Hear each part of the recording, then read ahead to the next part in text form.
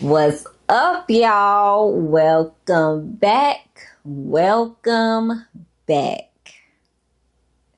We're here to talk about some poetry books. Let's get into it. Okay, so let's just get into it. Two of these are rereads, and then three are ones that I read for the first time recently.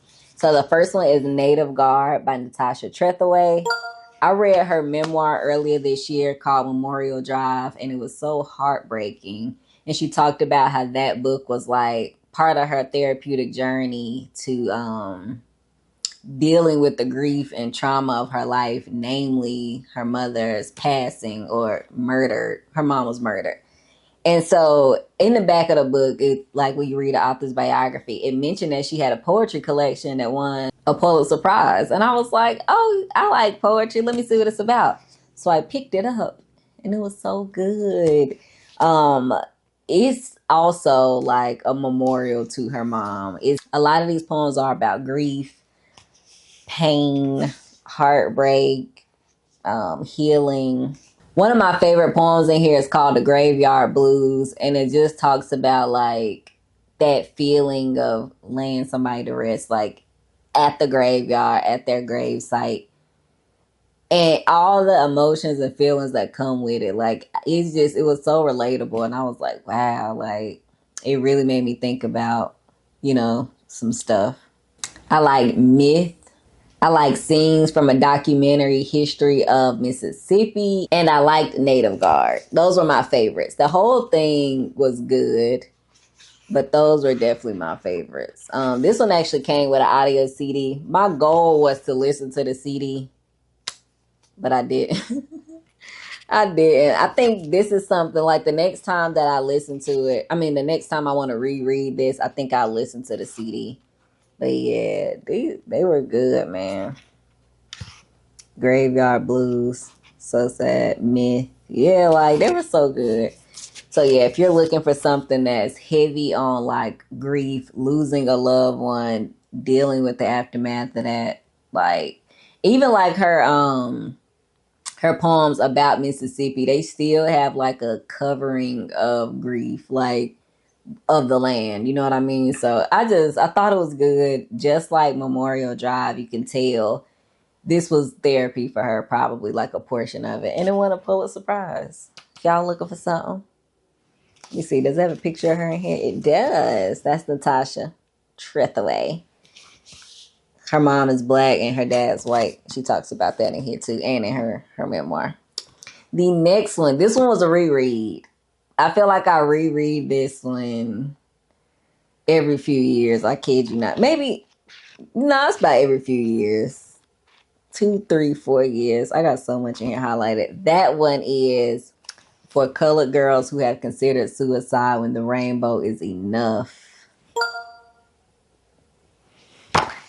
Yeah, this is a choreo poem, and it was the first of its kind, and it's great.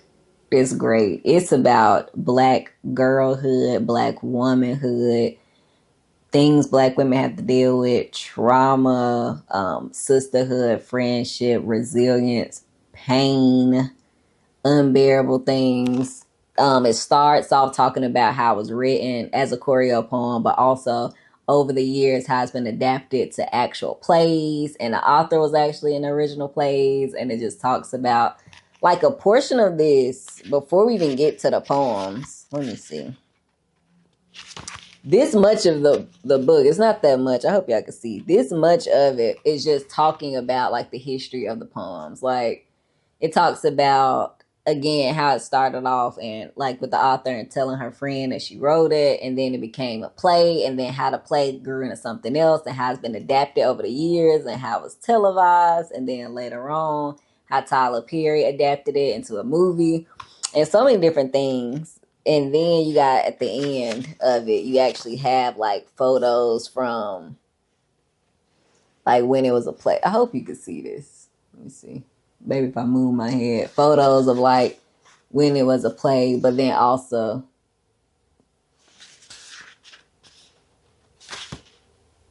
so this is the original cast with the author. But then you see how it was adapted, but also see Tyler Perry's cast. So yeah, it was good. It's so hard for me to pick a favorite of this. Like, I got so much highlighted. Let me just read a couple things I got highlighted. Don't want to read it.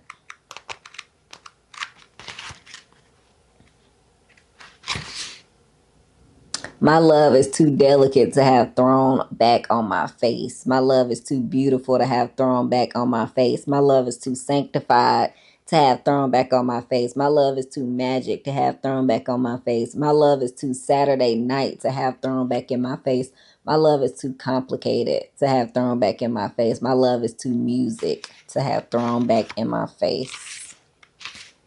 Somebody almost walked off with all of my stuff. I want my stuff back. My rhythms and my voice. Open my mouth and let me talk you out of throwing my in the sewer. This is some delicate leg and whimsical kiss. I gotta have my choice.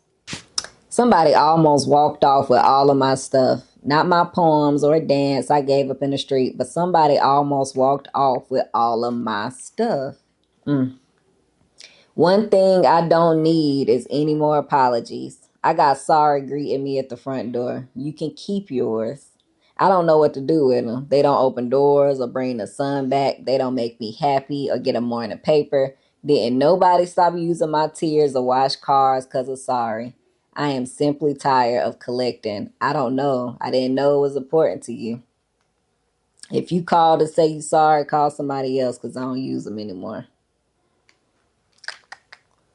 Oh, I loved you on purpose. I was open on purpose. It's just so many like good things in here. You just mind your house and let me tend to mine because there ain't nothing wrong here. And then, oh, I wrote a sad face right here. Yeah. So good. Very, very good. That was a reread. Okay, next. This one was the first time I read this. This is Haiku, The Last Poems of an American Icon by Richard Wright.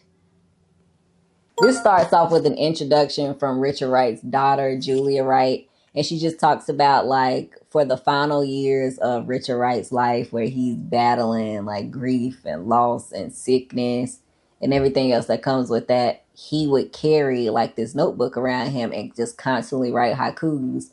And that's what this is a compilation of. You know, you kind of got to read through them. Okay, this is kind of split up into three parts. First, you have the introduction by his daughter. Then you have 817 haikus written by Richard Wright. And then at the end of that, you have notes on each haiku. So it goes through the 817 and just kind of breaks down anything significant about it that you need to know, whether that be like inspiration, what he meant by this, where he got that, if it was featured anywhere. And it was just so cool, like to see. So very good. It was plenty of them I liked. A lot about like the nature that he was surrounded by at the time. A lot about feeling. A lot about again dealing with that grief. Yeah, and so like I said, and at the end when they talk about like the notes on each of his haikus, it also talks about like the history of haikus in general. It talks about like the origin, how it kind of evolved over time. So this was actually really good. Very, very good. Yeah. Okay, this one that I'm talking about next is a reread. I read selected poems out of in high school. I read the complete works a few times in undergrad. I read the complete works a few times randomly, and then I just recently reread it again. That is the complete works of Edgar Allan Poe. This how I said the other ones touched on like grief and pain and trauma. They do in a very relatable way. This is like darker. Like it talks about grief, it talks about pain, it talks about like a lot about like reconciling the past and the present and kind of like your expectations almost. But it's in a grim way. It's very emotional. It's very dark. It's very like musical in the way that it's written. It's very emotionally charged. It's just a totally different style. It's old, you know. I mean, it's like 1820s to 1840s. It's an older style of writing and older subject matter. Still really good. My favorites, obviously, The Raven. I also like Spirits of the Dead. I like Fairyland. And another one of my favorites is Alone. So, yeah. I feel like most people get like assigned to read The Raven. It's good. It's good. You know, so yeah, if you're looking for, I don't know, it's like they're not that long. I mean, bite size, but it is written. It's 1820s to 1840s, so it is written like that. But it's still like so much goodness in between the pages if you get to it. But yeah, The Complete Works of Edgar Allan Poe. All that we see or seem is but a dream within a dream. Okay, and then, I don't know, if you didn't have to read Edgar Allan Poe's poetry, probably his short stories, maybe. I have a few of those. They all right, but maybe I just am not giving it like a fair chance. But yeah, that's that. Lastly, this one was new to me. Oh, it broke my heart too. This one, unlike the other four, is a novel written in verse. So it is poetry, but it's like, it's a novel written in that form, and it is heartbreaking. It is sold by Patricia McCormick. This book right here, it's just heartbreaking. I actually picked this up at my library, like, you know, the books that they had that's for sale, like the used books. I actually picked this up for $1, and I was like, oh, you know, this sounds kind of good. I don't even know why I said that, because I'm pretty sure I did not read this synopsis, because I wouldn't have read that and thought, yeah, this sounds something good. It's heartbreaking. It's talking about a little girl that's from Nepal, and it just kind of, first, it's beautiful the way that it's written. It goes over her life in Nepal with her mom, her little brother, her stepdad, and it just talks about everyday life, some of the struggles. You can see vividly what their life looks like on the side of this mountain. And then it kind of progresses into this very traumatic experience that goes on with the main character, who is 12 and then turns 13. You just kind of get to see what happens. This is full of trigger warnings. I mean, and this was actually in like the kids section at the library. Obviously, I mean, they shouldn't have put it there. They probably didn't even know what it was about for real. But this is in the kids section. And let me see if it's a...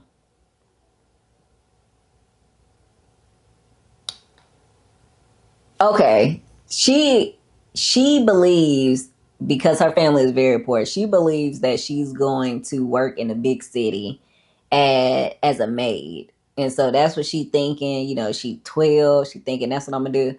Really, unbeknownst to her, she's actually getting smuggled to India and sold into prostitution. And so you get to see what that is. Very heartbreaking.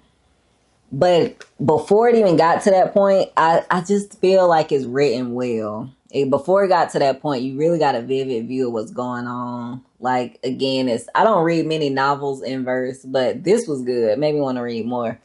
And it's just, you just get to see like so many things that can be said about this. So many talking points that can be said about this.